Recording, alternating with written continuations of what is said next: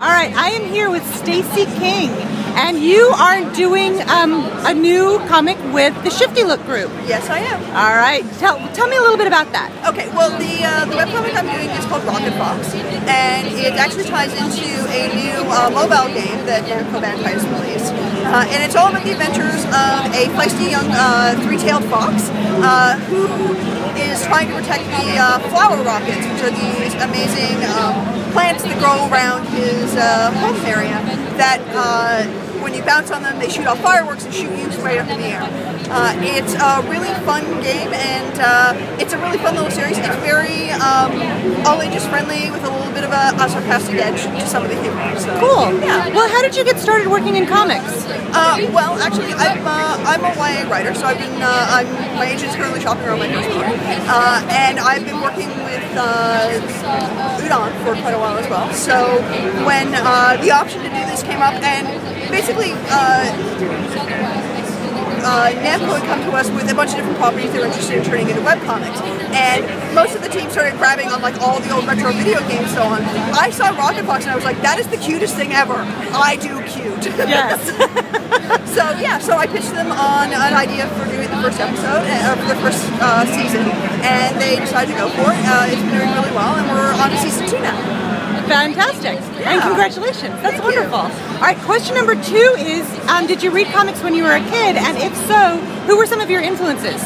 I did read comics as a kid, actually. And we did get some of them at the drugstore, but I actually was a big fan of getting, we would buy like boxes of them at yard sales in our neighborhood. And so a lot of the comics that I read as a kid were actually like Silver Age comics. Oh, cool. I was a big Batman fan, and also Spider-Man. So, although admittedly my favorite character when I was a kid was probably Black Cat, which maybe wasn't the greatest influence on a young girl growing up, but I loved that there was this strong, feisty female character who didn't have any kind of actual superpowers, but managed to hold her own against the superheroes anyway.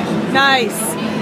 Well, you grew up in Canada also. Yes. Were you reading a lot of British comics, or was it primarily, were they coming from America?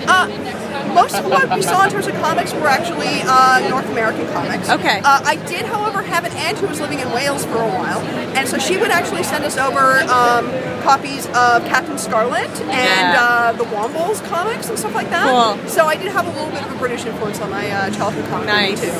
What are you currently working on besides the Shifty Look stuff? Well, I do marketing for Udon Entertainment, and so we have a big panel later on today, which you guys will already know about once this goes live. Right. But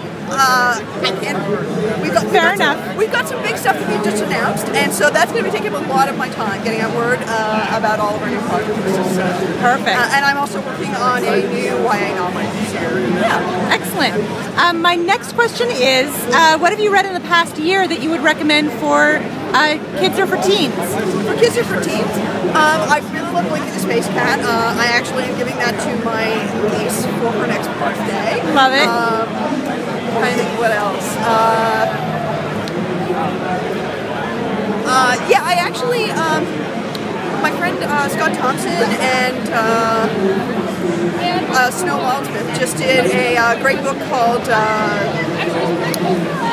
this is The Parent's Guide. Yeah, The Parent's Guide.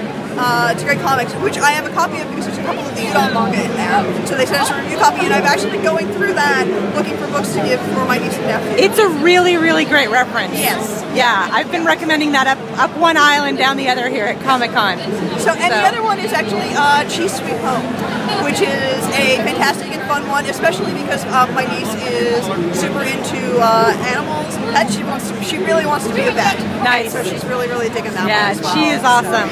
All right, my last question is the desert island question. Uh-oh. If you were stranded on a desert island, and you know you're going to be rescued, it's not the only book you're ever going to get to read again, but what book would you bring with you? That is tough.